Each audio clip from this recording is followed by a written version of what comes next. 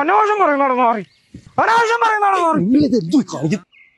നീ മാറി അംസു, അവനൊന്നും വെറുതെ വിട്ടുകൂടാ. ഞാനത് കണ്ടതാക്ക, അല്ലെങ്കിൽ നിങ്ങൾ അന്വേഷിച്ചു നോക്ക്. നിങ്ങൾ വെറുതെ അവന്റെ മിക്കിട്ട് കറങ്ങുന്നു. എടാ, ഇവൻ നമ്മുടെ കുടുംബത്തെ തകർച്ച് കാണിക്കാൻ നടക്കുന്നവന്. എന്തോ നിസാറേ, എന്തോ കാര്യം? എന്റെ ഷംസു, ഞാൻ കണ്ട കാര്യം ഒന്ന് പറഞ്ഞു പോയി, അതിനാ ഈ കിടന്ന് കാണിക്കുന്നത്. നിർത്ത്. നിങ്ങൾ ലീവിന് വന്നത് അവന്റെ വെക്കിട്ട് കയറാനാ? പിന്നെ അവൻ ചെയ്ത തെറ്റെന്തോ എന്ന് പറ. എടാ, അവൻ പറയുവാ എന്റെ മോൻ കഞ്ചാവാണ്.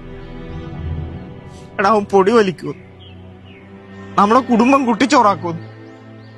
കൊല്ലണ്ടേടാ അവന്. എന്റെ പൊന്ന് ഷൗക്കത്തൊക്കെ ഞാൻ ഉള്ളതാ പറഞ്ഞേ, ഞാൻ എന്റെ കണ്ണുകൊണ്ട് കണ്ടിട്ടുള്ളതാ. നിങ്ങളുടെ മോനായതുകൊണ്ടല്ലേ ഞാൻ ഇങ്ങടുത്ത് വന്ന് കാര്യം പറഞ്ഞേ. എടാ, നിന്നെപ്പോലുള്ളവന്മാർക്കേ ഇപ്പോഴത്തെ പിള്ളേരെ കാണുമ്പോൾ ഒരു ഞൊരപ്പുള്ളതാ. അതുകൊണ്ട് നീയൊക്കെ പറഞ്ഞു നടക്കൂ അവന്മാരങ്ങനെയാണ് ഇങ്ങനെയാണെന്നൊക്കെ. ഒരുമാതിരി തന്ത വൈബ് പരിപാടി അത് പണ്ടേ ഉള്ള. നീ അതും കൊണ്ട് എന്റെ കുടുംബത്തോട്ടം കാണാൻ കയറി വന്നോ? എടാ പന്ന മോനെ, നിന്റെ തലമുണ്ടേ അടിച്ചു പൊളിക്കും. മതിക്ക, നിർത്ത്.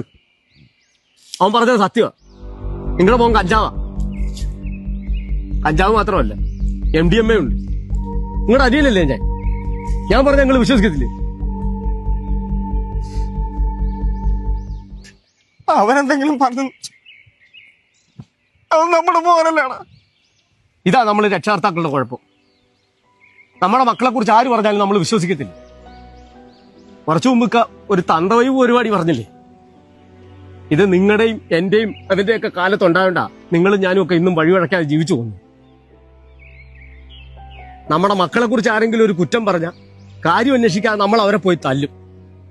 അധ്യാപകരൊന്ന് ശാസിച്ച, ഒരു വടിയെടുത്ത് തല്ലിയ, സ്കൂളിൽ കയറി നമ്മൾ അവരെ ചീത്ത വിളിക്കും. ഇതൊക്കെ കണ്ടു വളരുന്ന നമ്മുടെ മക്കൾക്ക് ആരെയും ഒരു ബഹുമാനവും ഇല്ല, ആരെയും ഒരു പേടിയുമില്ല. ഇക്ക, അവൻ കൈവിട്ട് പോകാതിരിക്കാൻ വേണ്ടിയൊക്കെ ഞാൻ ഇക്കടുത്തുനിന്ന് കാര്യം പറഞ്ഞു.